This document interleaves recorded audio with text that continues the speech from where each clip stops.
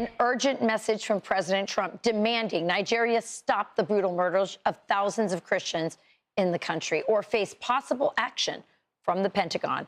He posted in part, quote, "The USA will immediately stop all aid and assistance to Nigeria and may very well go into that now disgraced country guns a-blazing to completely wipe out the Islamic terrorists who are committing these horrible atrocities." Paul Adamu is a Nigerian Christian who was kidnapped by Boko Haram 2 years ago. He joins us now. It's so wonderful to have you on the show. Please tell us what happened to you. It was such a disheartening situation. 2 years ago, I was kidnapped by the dreaded Boko Haram along my way to the airport while I was traveling to Cameroon to meet some of my colleagues, and then I got kidnapped along the line, along the route. And you were held for how long? 12 days. Okay. And there are many people, especially young girls, who have been kidnapped by Boko Haram, put into forced marriages, forced conversions. They're still in captivity. The situation there is quite dire. You heard what President Trump has said. Here's what Nigeria's president has said in response. He said that the characterization of Nigeria as religiously intolerant does not reflect our national reality, nor does it take into consideration the consistent and sincere efforts of the government to safeguard freedom of religion and beliefs for all Nigerians.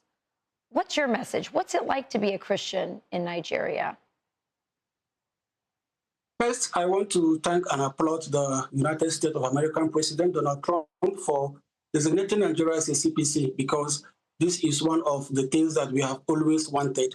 For the message of the Nigerian president, that I think at this point, I will say that there is a time when propaganda has no appeal, where propaganda has lost an appeal. And this is actually the time, because whatever is happening in Nigeria at this moment, I will say that Nigeria is the worst place to be as a Christian, like the worst place in the whole of the world to be as a Christian, because you wake up every day with news of killings.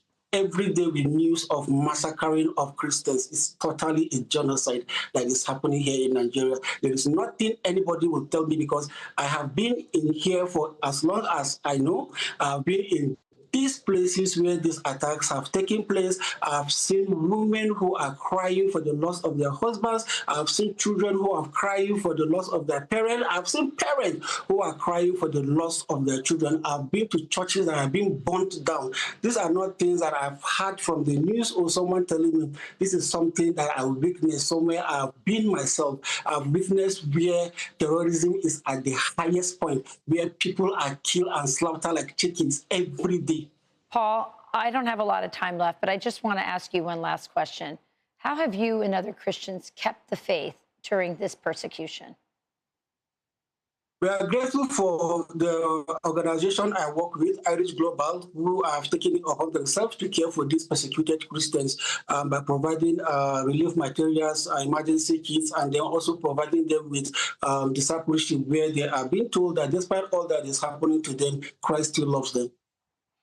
Paul Adamu, just so you know, the African church, the Nigerian church in particular, the Christians there have been an amazing example of faith through persecution and martyrdom. And we are praying for all of you very much. And we hope the president will do something that will make a difference for your religious freedom in your country. Thank you so much for joining us today. Appreciate it, and God bless you. I'm Steve Doocy. I'm Brian Kilmeade. And I'm Ainsley Earhart. And click here to subscribe to the Fox News YouTube page to catch our hottest interviews and most compelling analysis.